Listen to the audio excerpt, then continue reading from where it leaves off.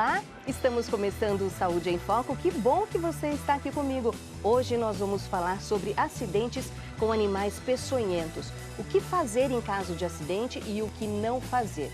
Vamos falar também sobre o aumento desses animais, principalmente o escorpião, nas cidades.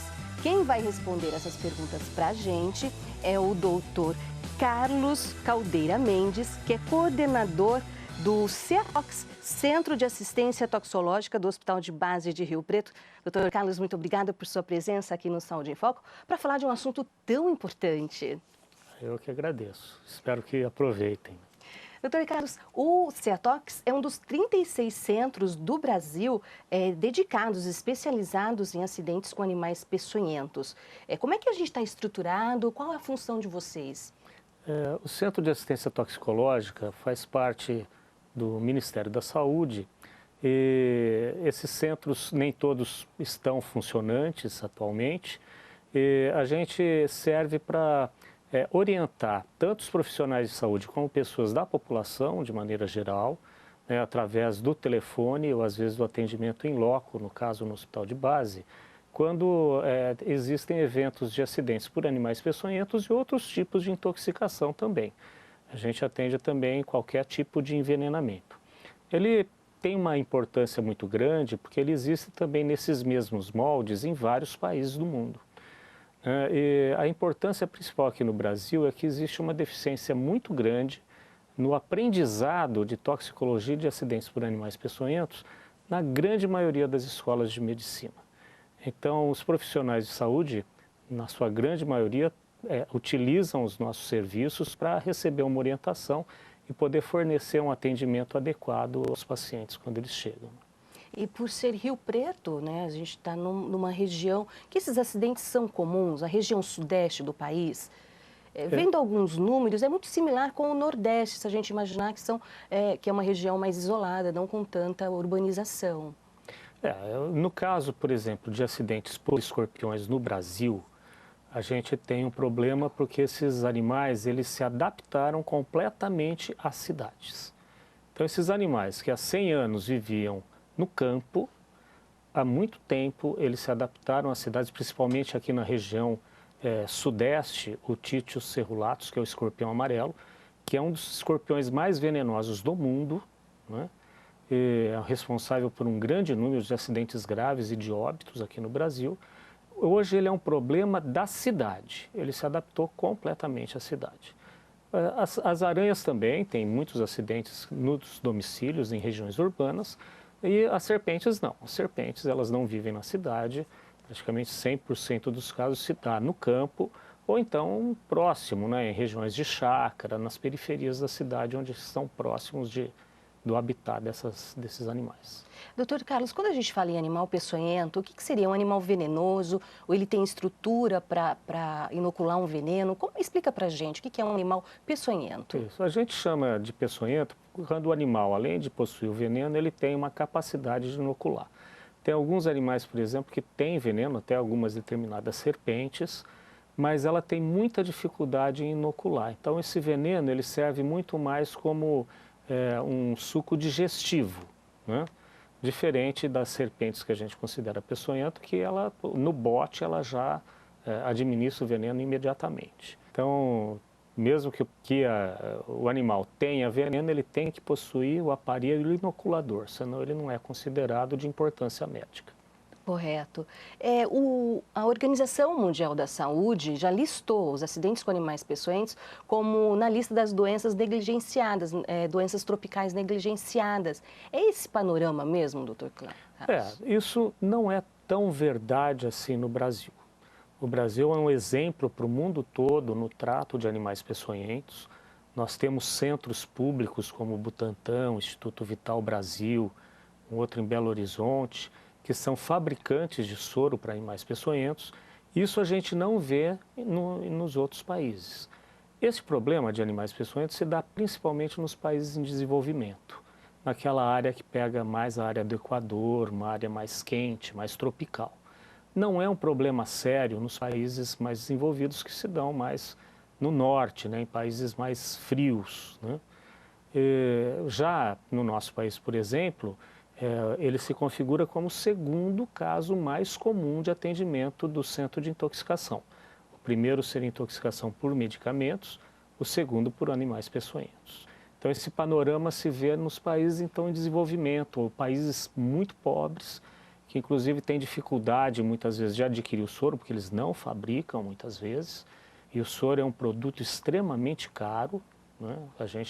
O Brasil fabrica soro suficiente para todos os acidentes que nós temos, mas a um custo muito alto, é um produto muito caro, por isso que a gente tem que se utilizar com muito critério, né, quando a gente administra esses medicamentos. Quer dizer, tem as ocorrências, os acidentes, mas tem o atendimento, o Brasil. Nós temos condições de dar um atendimento. É lógico que aí existe uma falha do sistema de saúde como um todo. Então, se acontece um acidente aqui em São José do Rio Preto, o hospital de base tem esse soro. Então qualquer pessoa que more mesmo em cidades próximas que não tem o soro, em meia hora, no máximo uma hora, já está, né, se bem encaminhado, estará já no hospital de base para receber o soro, que não é um tempo muito grande para isso acontecer. Em localidades mais distantes, em outros estados do Nordeste, do Norte, aí a gente vê uma demora de, às vezes, 8, 12 horas para a pessoa conseguir chegar a um local que tem esse soro. E tem sempre uma dúvida, mas por que não tem em todo lugar? Porque isso é um produto finito, né? O soro não é como um comprimido que a gente aperta um botão e vai fazendo um monte de comprimidos. Para você fazer soro, você tem que ter um animal, geralmente utiliza-se um equino, né? Um cavalo, uma égua. Você tem que ter fazendas com centenas desses animais, né? Então são coisas muito caras. Imagina ter uma fazenda com 500, 1000 animais, por exemplo. Você tem que ter veterinário, tratador, alimento, vacina. Você tem que ter os animais peçonhentos, você tem que fazer uma criação de serpentes, de escorpiões, de aranhas, de lagartas, né? Você tem que extrair o veneno, aplicar esse veneno, purificar, aplicar no animal e depois de alguns dias recolher o soro e fazer a purificação para fazer uma ampola, um frasco de soro. Então você vê que é algo extremamente científico, um processo complexo, caro, que o Brasil detém uma tecnologia muito interessante, né? O Brasil, nesta área, isso não existiu sempre, tem uns 30 anos, mais ou menos 40 anos, que começou a se fabricar de maneira mais intensiva. Mas o Brasil fabrica soro desde no início, antes até do século XX, com o Vital Brasil, que era um pesquisador, né, que dá nome até ao hospital do Butantan. Né? Sim. E o hospital de base, esse atendimento de vocês, qual cobertura regional?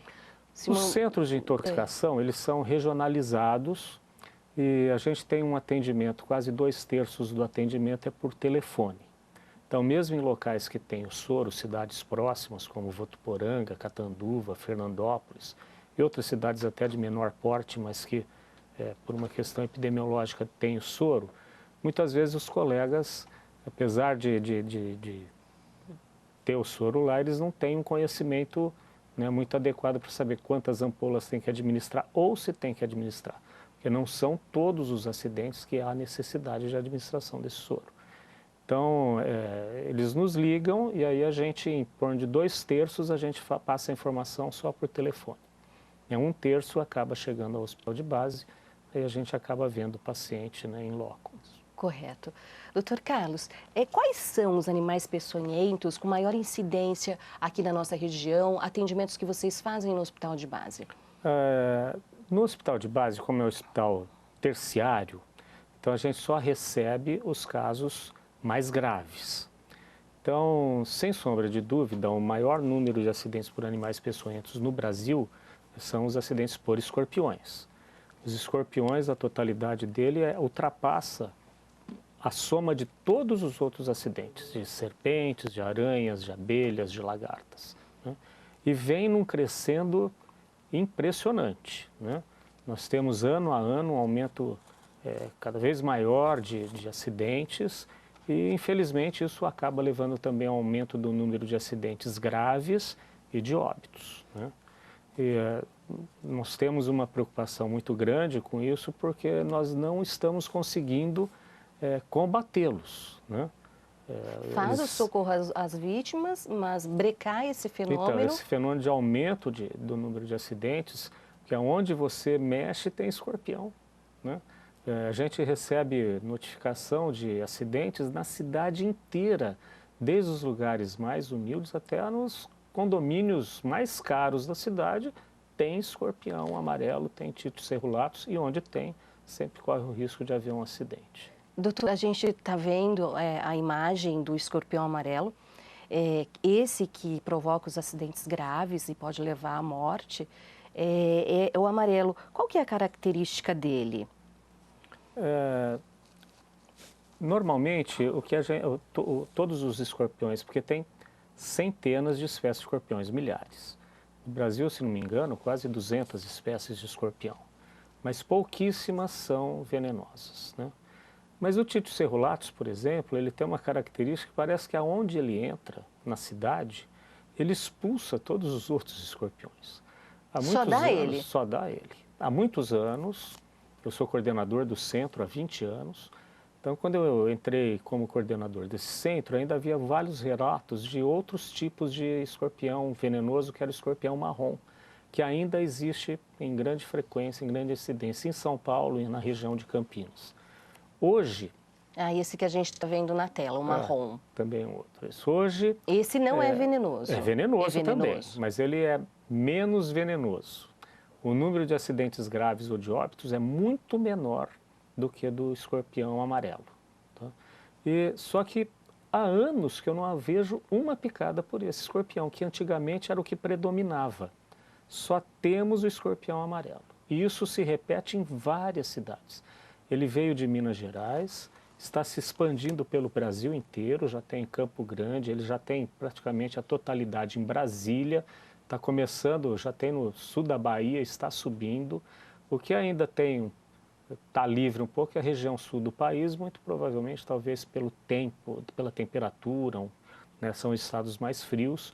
Então a gente tem pouquíssimos relatos de picadas de escorpião comparado com o resto do país. No caso de acidente com o amarelo, o que a pessoa deve fazer? Olha, e não fazer? No caso de escorpião, a primeira coisa que ele tem que fazer, e única, é procurar o atendimento médico. Não há necessidade de ir ao hospital de base, que é o local aqui em São José do Rio Preto que tem o soro.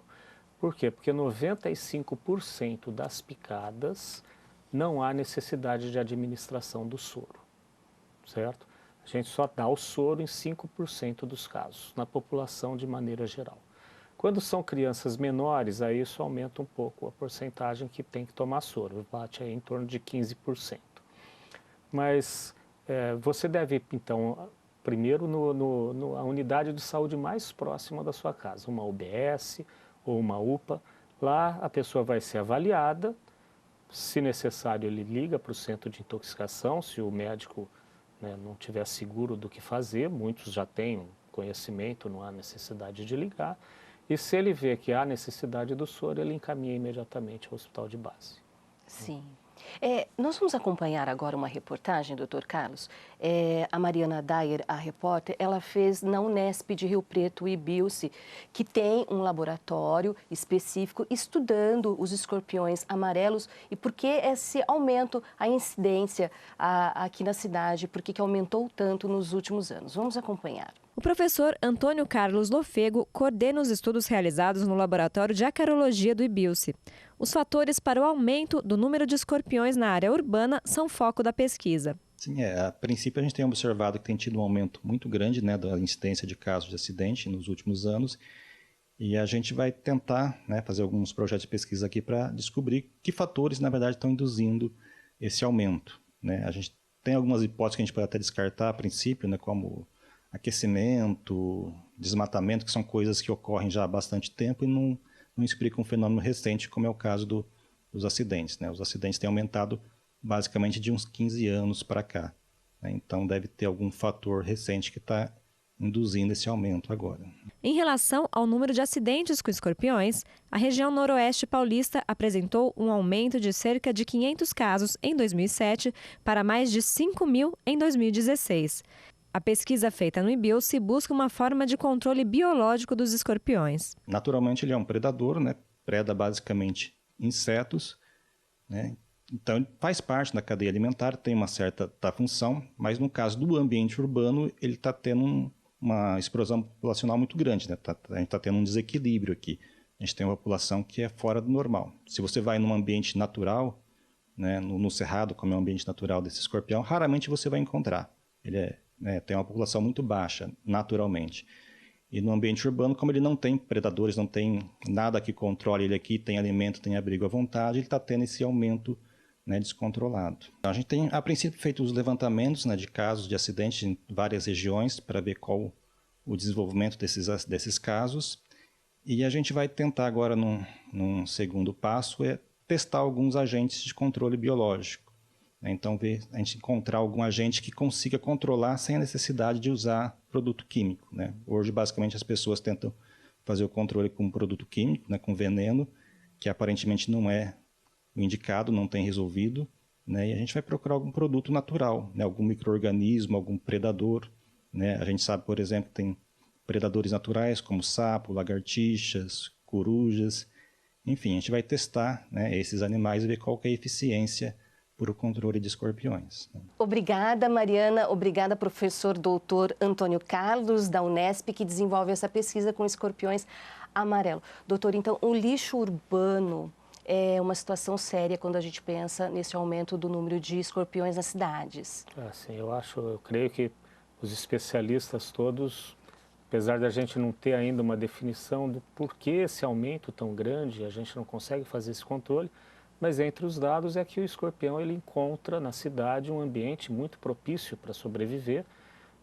O alimento principal é barata, a barata está onde tem lixo, ele se esconde durante o dia, então inclusive o Ministério da Saúde e especialistas, eles dizem que não adianta você ter galinha, né? Normalmente não é um inimigo natural do escorpião, né? Quer dizer, ter os inimigos naturais dele, quais seriam? São, por exemplo, pássaros de costume noturno, dito que sapos, né? E tem uma outra situação também super complicada, que é a questão de você administrar veneno, né? A preocupação da população faz com que entre em pânico, né? E as pessoas solicitam que façam inúmeras passagens de veneno na casa ou nos condomínios, né, na tentativa de prevenir uma infestação por escorpião. E, de acordo com o Ministério da Saúde e com vários especialistas, isso realmente não funciona muito bem e ainda tem o problema de o veneno ser tóxico para as pessoas e para outros animais que acaba indo para a água, acaba matando peixes ou girinos, né, que acaba diminuindo, fazendo uma pressão maior ainda para esses animais, esses escorpiões sobreviverem mais facilmente. Trabalhadores de madeireiras, onde há muito alimento, esses animais também eles aparecem muito e os trabalhadores de madeireira parece que são bem vítimas também desse animal. Olha, a gente tem o maior número de picadas dentro das casas. Das casas? Ou ao redor das casas. Os quintais, eles ficam nos quintais e entram. Exato, eles ficam à noite escondidos sob folhagem, sob qualquer coisa que lhe permite, embaixo da terra, sob entulhos, lixo, e à noite eles saem para se alimentar. Nessas eles acabam entrando dentro das casas, por isso é importante você vedar, né, embaixo das portas, vedar os ralos, porque eles moram muitos nos esgotos, para impedir a entrada do escorpião na casa. Uma vez que ele entra, às vezes amanhece, ele se perde e acaba se escondendo em algum lugar escuro, lá embaixo de uma toalha, num sapato. E nesse momento que a gente, sem querer, vai mexer, acaba sendo picado. E isso é um grande problema com crianças pequenas, como eu falei, porque quanto menor a pessoa, maior a quantidade relativa de veneno que vai ser inoculado, pode ser um quadro muito mais grave. Muito mais grave. E qual o outro animal peçonhento que atinge a região? A gente está vendo imagem agora de uma aranha. Que aranha é essa? Isso, doutor? A aranha que a gente tem com mais frequência aqui é a aranha marrom, também chamada de armadeira, né? É uma aranha relativamente grande, ela é agressiva, ela chega a pular na pessoa, ela não foge. Se ela se sentir ameaçada. Ela não foge como a maioria das aranhas que a gente bate o pé, sai correndo. E ela se posiciona nas patas traseiras e levanta as patas dianteiras, por isso que tem o nome de armadeira. E ela causa uma picada também muito dolorida, semelhante à picada do escorpião. A manifestação clínica é bem parecida, o tipo de veneno. Tanto que a gente tem até um soro que serve para os dois, para essa aranha e para o escorpião. Porque se a pessoa não reconhece, não vê o animal que picou, isso às vezes acontece se a criança é muito pequena, não sabe informar que tipo de animal foi picado, e ela apresenta um quadro clínico muito sugestivo de um acidente ou por escorpião ou por aranha armadeira, a gente tem um soro que pega os dois animais. Só que a aranha armadeira, ela não é também tão grave. O número de óbitos, de casos graves, é muito menor que o do escorpião amarelo. No caso de um acidente, não deve mexer no local, fazer torniquete, tentar tirar, sugar o veneno, então, esse tipo de coisa não, né, doutor? Até o que a gente tem nos acidentes por aracnídeos, né, aranha ou escorpião, quase você não vê o local do acidente. Não enxerga. Né? No de escorpião, então, é minúsculo, é um orifício quase imperceptível de se notar, mal dá um edema, um inchadinho, quase não tem. Da aranha tem um pouquinho mais e às vezes são 2 buraquinhos, né? Não só um. Mas não há nada para se fazer, é só lavar com água e sabão, né? E ir ao médico que ele vai orientar, dar uma medicação para retirar a dor, que é para aliviar a dor, que é o principal foco, né, de contaminação, de clínica. Já nos casos de torniquete e tal, estão mais relacionados a serpentes, né? Nós temos acidentes por serpentes também, mas isso obviamente não é um problema da cidade. Serpente se dá mais no campo, ou com o trabalhador que não usa um equipamento adequado, que é uma perneira, uma bota, uma luva grossa. Hoje a gente, quase todos os funcionários de fazenda, até por causa de avaliação do Ministério do Trabalho, da Delegacia do Trabalho, eles têm equipamentos para se proteger, para poder trabalhar, mas a gente vê muita gente que vai passear, ou vai pescar, ou vai passar um final de semana numa chácara, num sítio, então anda de chinelo de dedo, ninguém se importa muito, né? Vai num pomar. Sim. E tem muitos acidentes assim, de pessoas que não são trabalhadores. A gente vai ver agora, então, uma outra imagem. Foi provocada pelo qual animal, doutor? As serpentes, o que a gente mais tem de comum no Brasil são as serpentes do gênero Bótropes, que a mais comum no estado de São Paulo é a jararaca. Aqui na nossa região a gente não tem a jararaca, tem uma outra espécie que chama jararacão, né? Que é a Bótropes mugine. Mas o veneno é o mesmo, o tipo de picada e a manifestação clínica é a mesma. Incha a principal incha muito, muito. Então é muito dolorida, você vê os 2 orifícios de picada, muitas vezes, tem um sangue escorrendo, porque altera a coagulação sanguínea, dá um edema muito importante, uma necrose, uma dor intensa, né? Pacientes que são picadas, levam picada do gênero Bótropes da jararaca, não é incomum essas pessoas apresentarem sequelas posteriormente, um edema longo, às vezes essas pessoas precisam ficar afastadas do trabalho durante meses para se recuperar, né? É um acidente bem importante. Por outro lado, a gente tem que lembrar que não é por isso que a gente tem que sair matando serpentes, elas fazem parte de um ecossistema muito importante. Acidente, né? Ela se sentiu ameaçada de alguma forma, se aproximou muito, aproximação em qualquer animal, ele vai reagir. Exato. Na realidade, a gente é que vai no habitat desses animais. Né? No caso do acidente com serpente, o que fazer nos primeiros momentos até chegar no socorro ao hospital? Então, isso é da mesma maneira, assim que você leva uma picada, o que nós temos hoje de mais... É interessante se a gente conseguisse determinar qual é o animal. Hoje fica mais fácil, quase todo mundo tem internet, tem um celular que tira foto, então você pode tirar foto do animal, não precisa matá-lo, né? E levar encaminhar para o Ceatox, a gente faz a descrição, consegue determinar se é um animal venenoso ou não. Mas mesmo que não consiga nem ver, às vezes, porque às vezes você está num local que tem uma folhagem mais alta, um mato mais alto, você sente a picada, sente dor, vê até o ferimento, mas quase ninguém fica procurando o animal, né? A pessoa já vai embora. E só da gente ver, quem tem um pouco de conhecimento de acidentes por serpentes, só de olhar o ferimento, fazer alguns exames de sangue, a gente consegue determinar qual gênero de cobra venenosa que foi. Na nossa região, nós temos predominantemente o gênero Bótrix, que é de jararaca, 90%, e a cascavel, que é um pouco menos de 10%. A cascavel a gente está vendo imagem, então também na região tem acidentes. Tem. A cascavel ela é agressiva ou não? Também, tanto a jararaca quanto a cascavel são agressivas, mas elas são agressivas assim, não saem correndo atrás de ninguém. Sim. Atrás de uma caça. Vamos Na verdade, deixar isso bem claro para também a gente acaba não vamos pisando nesse exterminar. animal. Não é A pessoa esse pisa caso. no animal, passa bem ao lado, ele se sente ameaçado e pica. Né? E a coral? Coral verdadeira ou não? A gente tem incidentes com isso? Existe a coral verdadeira, ela existe no país inteiro, mas são muito raros os acidentes. Então, por exemplo, a gente tem em torno de 25 mil acidentes por serpentes verdadeiras. Coral não chega a 300 desses acidentes. Então, é um número bem pequeno, 1% dos acidentes ou menos. Né? A maior parte é, sem dúvida, da jararaca, o jararacão, o urutu, que são o gênero Bótrix. Agora também tem uma imagem de uma aranha. Que aranha é essa, doutor? Essa é a aranha viúva negra. A gente não tem com muita frequência aqui, mas já tivemos. Já tivemos alguns casos que as pessoas trouxeram aranha. Essa aranha existe mais no Nordeste, mais na região ali da Bahia. Aqui a gente tem uma prima dela que chama aranha marrom, que a gente chama de que é Latrodectus geométricus.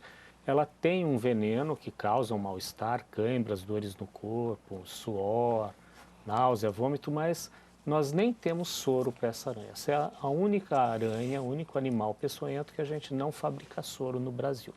A gente importava da Argentina, mas parece que também não está importando, mas o que, apesar de ela causar muito mal-estar, não existem relatos de óbitos por essa aranha. Então, por isso a gente já, apesar de saber da existência, de tratar quando toma picada, porque pode ser dolorida, mas ela provavelmente não leva a óbito. Como proceder num caso de acidente com abelhas? A abelha também é considerada peçonhenta e nós temos dois tipos de acidente. A gente tem o acidente de uma pessoa que é alérgica. Quando a pessoa é alérgica, então uma única picada é capaz de desenvolver um quadro muito grave, ter um choque anafilático, um edema de glote e poder até levar essa pessoa a óbito.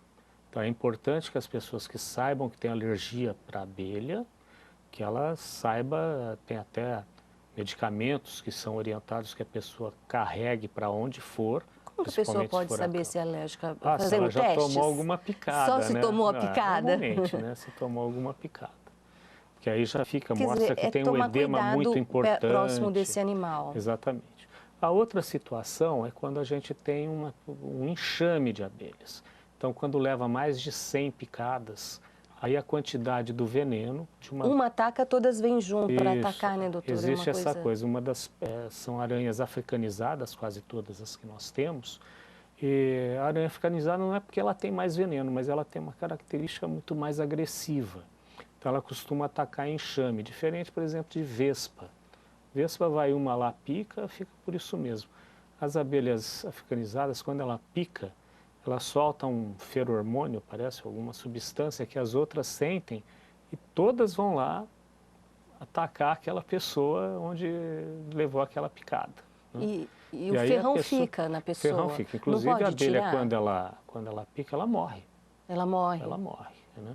Ela deixa uma parte do organismo do corpo lá com a bolsinha de veneno, que é uma musculatura que fica injetando veneno ainda durante alguns segundos depois que ela ferrou. Né? E essas pessoas, quando têm mais de 100, 200 picadas, aí a quantidade de veneno vira um envenenamento mesmo e pode ocasionar vários malefícios, até derrame, infarto, choque, né? Hipotensão, insuficiência renal. Às vezes você tem óbitos por isso, né? Principalmente pessoas idosas, a gente não vê com frequência, né? Ainda bem, mas porque às vezes a pessoa idosa não tem mobilidade, né? Então, se é um jovem começa a levar umas picadas, ele sai correndo, se livra. Uma pessoa que não tem muita mobilidade acaba levando todas essas picadas. Então, nós tivemos alguns casos de pessoas idosas já que vieram até a falecer por uma quantidade muito grande de picada. Mas está comum, são raros esses casos atualmente em Rio Preto, na nossa região? Não, são incomuns, Tem muita picada de abelha, para chegar no óbito? São raríssimos. São raríssimos. Ainda bem, são raros. E hoje com o Ceatox, quer dizer, mesmo que tenha o acidente, as chances da pessoa sobreviver e não ter sequelas, tem sequelas, mesmo com esse socorro, doutor? No caso de qualquer animal de todos os peçonhento, animais peçonhentos? Tem sequelas. Você tem, por exemplo, picadas de escorpião, a pessoa pode sofrer, por exemplo, até uma parada cardíaca, uma hipotensão prolongada. No caso de acidentes por animais peçonhentos tipo cobra, serpente, acidente por bótrops, que dá aquele edema, tem pessoas que chegam até a sofrer amputação. Amputação? Né, principalmente quando vai picada nas extremidades, os dedos. Né, isso pode acontecer.